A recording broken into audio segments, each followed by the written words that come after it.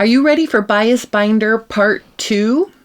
I'm kind of excited because after I got off of shooting Cool Tools last week and then went and looked at the comments the next day, I got some really helpful suggestions and comments.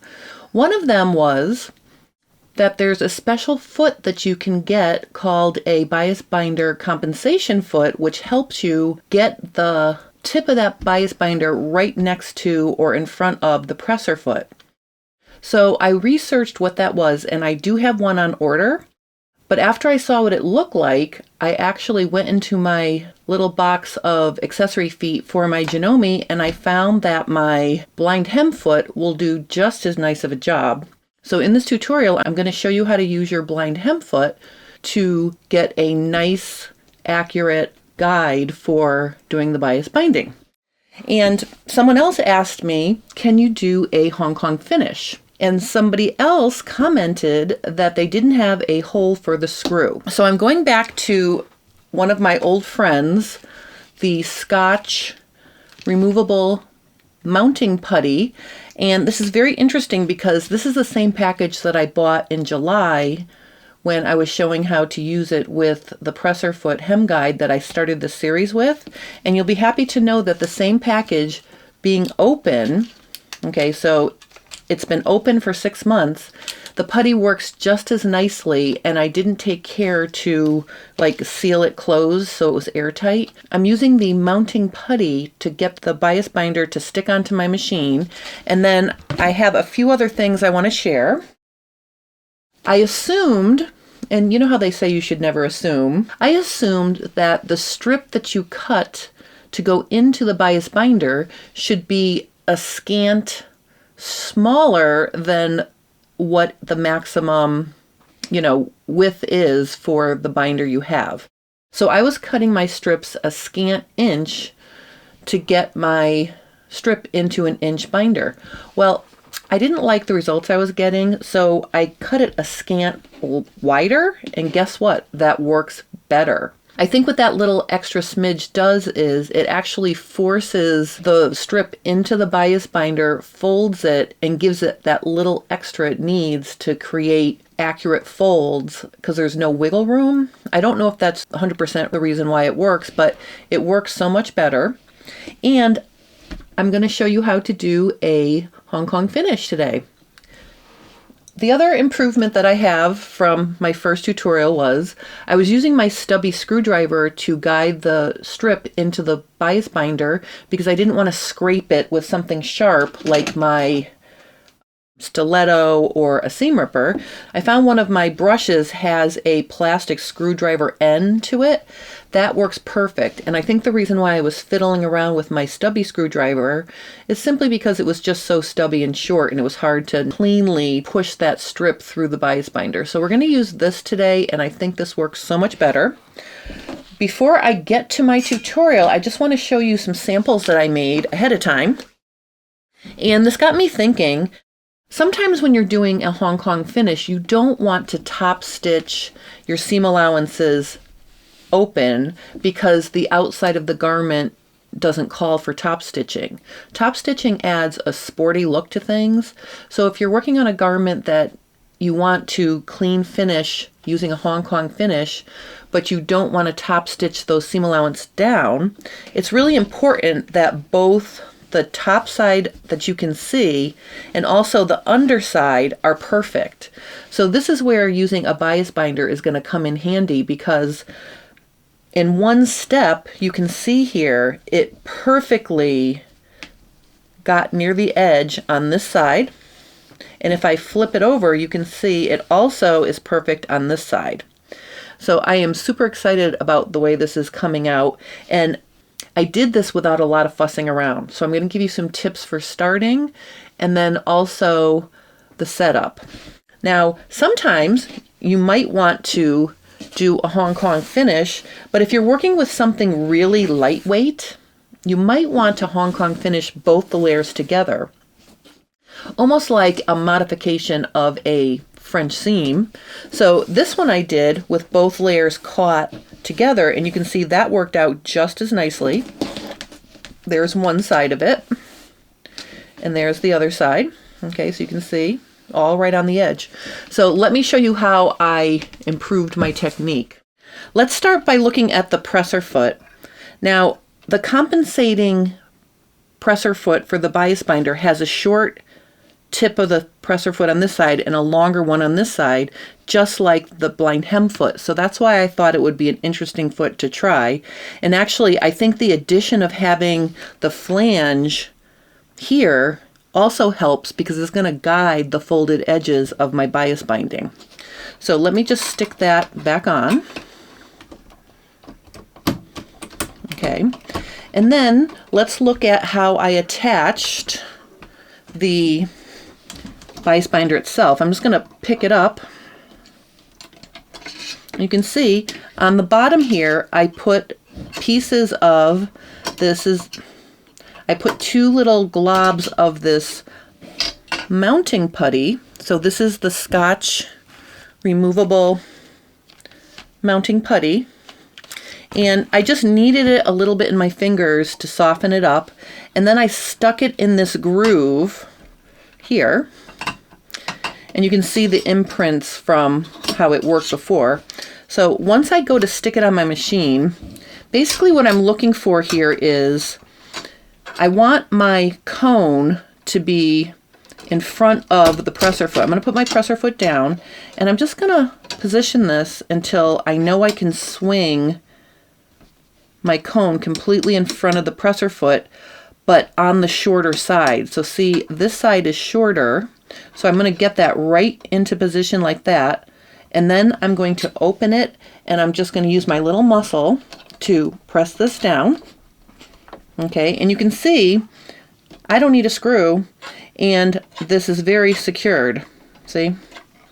You may need to press on it every now and then if you're doing a long-term project, but basically this is how the setup is, and I think it's actually easier than working with the screw. Now the next step is I've cut two pieces of muslin here, and if you're working with a lightweight fabric, I highly recommend just spritzing the first inch of the edge of your fabric with some spray starch just to give it some stability, because remember, we have to insert this into the folds of the bias binding to get it started, and I think if this is a little bit more stable, it's easier to start. And I figured that out because it was much easier to start this one because it had two layers of fabric versus when I went to start the one I'm going to show you now with a single layer. I mean, I was still able to do it. I figured that out because when I was working on doing the bias binding on this 2 layers, it was just easier to get it started because it was firmer fabric. So if you're working with something lightweight, just shoot it with a little spray starch. You just need to spray starch the first inch of the edges you're going to do the Hong Kong finish on. So I'm going to start with getting out my strip. Now remember, this strip is a scant inch, and I just want to show you here. I'm going to hold it under my ruler against my sewing machine so you can see. When I say scant, I mean like barely a 1/16 of an inch. So you can see it's ever so wider than an inch. I think an extra 1/8 of an inch might be a little bit too wide. So somewhere between an inch and an 1/8 I think is a good width to use this with. And what I'm going to do here is I am going to cut my end into the triangle shape to help lead it in. All right, now notice I'm going to use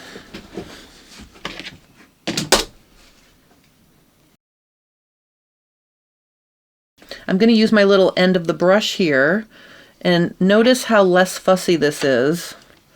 I can really just push it through and keep pushing it through until I can grab it with no fuss or muss now. And what I'm going to do is I'm going to pull it out about an inch, or maybe a little bit more even. I'm going to take the end of the fabric I want to start Hong Kong finishing, and I'm going to insert it into the fold like this. And once I get it folded in there, maybe a little bit farther down like that. I'm just going to kind of make sure it's, you know, inserted in there evenly. Then I'm going to stick a pin, just one pin, like this. I love my magic pins because they're so sharp, they go in very easily. Now I'm going to swing the arm back. I'm going to lift up my presser foot and I'm going to slide it under there so that I put it down. And you can see what's happening here. The folded edges of the bias binding are actually up against that flange. And I'm going to scoot my needle over just a little bit. Okay, like this. Oh, somebody also asked me, do all sewing machines have the capability of moving the needle left or right of center? Most of them do. Even the most basic machines have some flexibility in moving the needle left or right. The machines that don't have that ability are straight stitch machines. So if you're working with a straight stitch machine, you're going to have to position the bias binding underneath the needle at the right spot. But the good news is most straight stitch machines come with a screw that you can attach this foot in, and it's already set up in a way where that's going to work for you. Like I said, most machines will allow you to move the needle left and right. So I'm just going to get that set up. I'm going to sink my needle. I'm going to take the pin out. Now here's how we can check to see if we're catching our fabric that we're Hong Kong finishing. If I pull at my fabric really hard, you can see it's not coming out. It's not coming out because the needle is inserted through the bias binding and the fabric. That's how I know that it's good to go.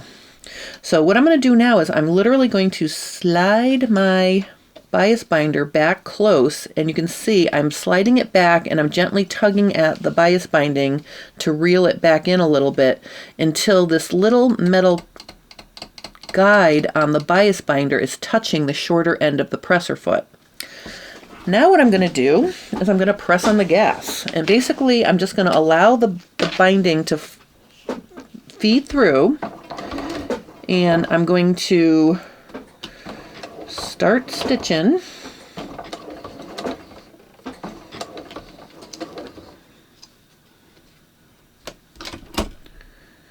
And I think I'm missing it.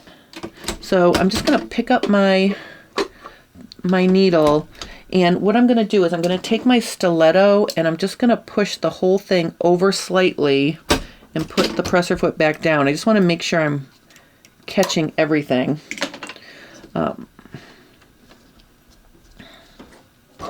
All right, let's see. Yeah, I think that's better. No, I think I'm still not catching it. Hold on. Let me just take it out and look. Oh, I was catching it and then I got off. All right, so so how can I, okay, so if you're not catching it, like see how I'm not catching it there? What I'm gonna do is I'm gonna unscrew this screw right here. And for this, I am gonna need my stubby screwdriver. So I'm just gonna unscrew. I'm going to slide it over ever so slightly like that, and then I'm going to tighten it back up. So what I've done is I've moved the bias binder to the left ever so slightly. I'm going to pull this back in. I'm going to put the presser foot back down, and then I think now we can go and it's going to work. So that's the one thing you want to look for, is adjusting this screw to make sure this is far enough over that you're going to catch it. And that's the adjustment you'll need to make if you're using a straight stitch machine and you can't move your needle back and forth. All right, so now I'm gonna just make sure I'm keeping the edge of the fabric right here nestled under this little clip. Okay, so see how it's under there? And I'm just going to keep allowing it to feed through, and let's just let it rip.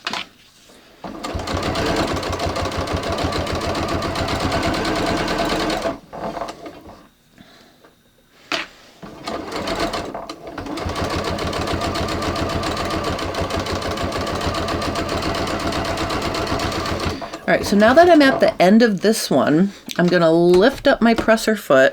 I'm going to take my second piece and I'm literally just going to insert it in there, put the presser foot down, and I'm going to keep going.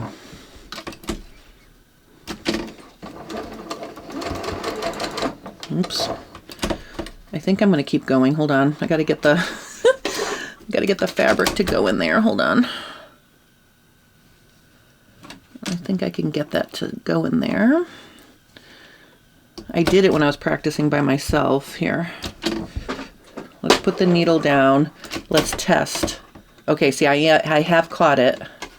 When I did this in practice, I just slid it in and it just did it with nothing. Of course, I'm on camera now, so it's going to be a little fussy, but basically, I just lifted it up, made sure it was in, and let's keep going.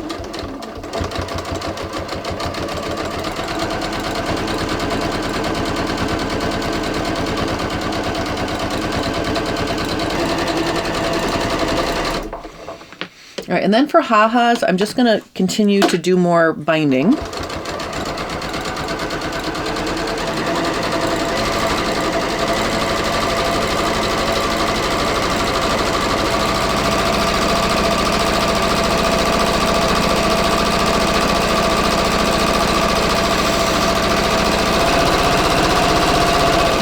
All right, let's see what we have.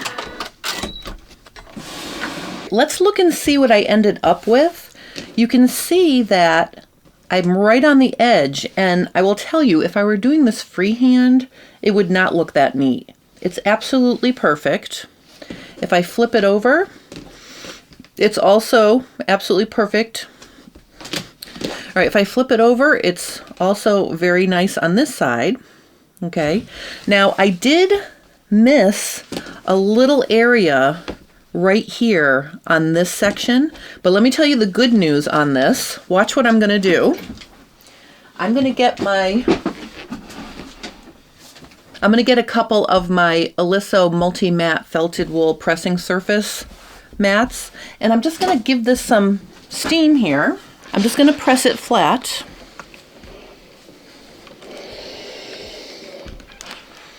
Okay, I might as well press the good one flat as well. Okay, you can see the part that I missed here to here. All I really have to do is go and just stitch that on my machine and fix that. So if you end up with little vacations from your bias binding, just go in and stitch close to the edge. Let me show you how easy that is. All right, so let's look at where I screwed up here, or where it got messed up. And this actually works out perfect because I have my blind hem foot on. I'm just going to start about 1/4 of an inch from where I fell off the binding. And I'm just going to stitch .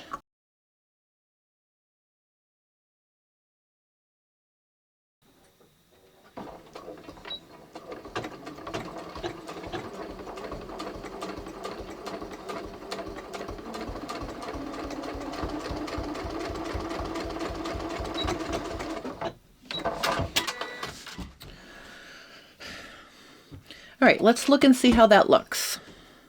All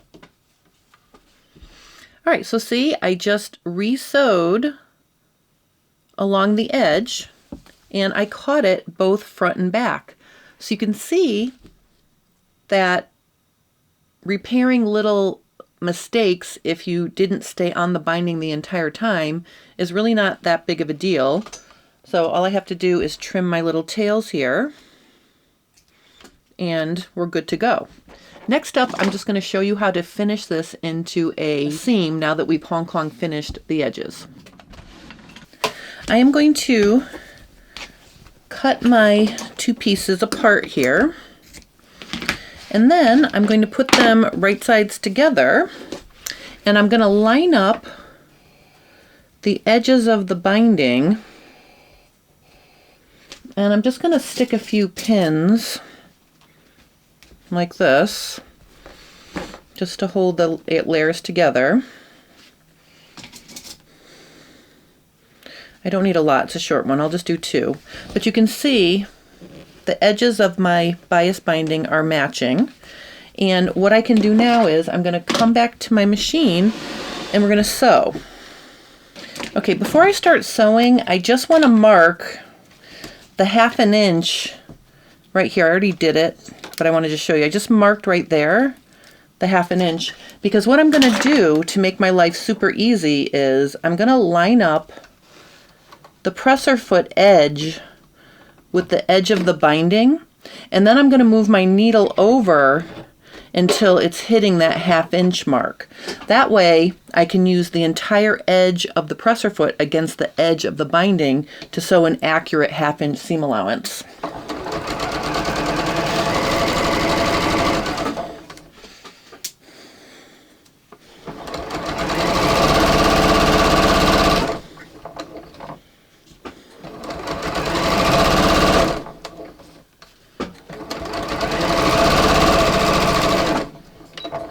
Okay. Let's press these seam allowances open. I am going to open this up. I'm just going to press my seam first so that I know it's flat, like that. Then I'm going to flip it over, and I'm going to press this open.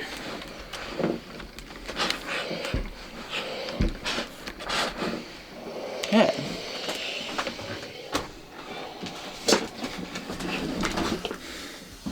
All right, so look how nice that is. Okay, so I really think if you take some time and practice with this bias binder, it's going to end up saving you time in the long run.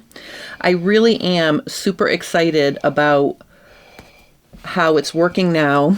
Let's take a look at the sample that I did before I came on. You can see it is a little bit neater, and I think part of that is just being in front of the camera mojo. Plus, you always have to remember when I'm in front of the camera, I turn my machine at a weird angle to show the camera, so it's a little harder for me to sew my absolute best.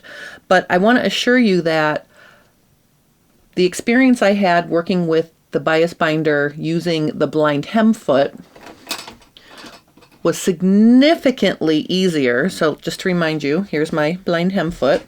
And the mounting putty was also very easy to use. So I hope this helps you in your adventure with your bias binders, or maybe it will inspire you to get one to try. I personally am going to get the one that creates the 1/2 inch bias binding, because I really feel like once I get the hang of this, or completely perfect my technique with a little bit more practice, I think this is going to cut my time in half when it comes to finishing edges with bias binding. I will also be doing more tutorials showing different techniques using the bias binder, you know, sprinkled throughout the year, so look forward to those. If you have any questions or comments about working with the bias binder, please post those and I will help you. Thank you guys so much for watching. I really appreciate each and every one of you.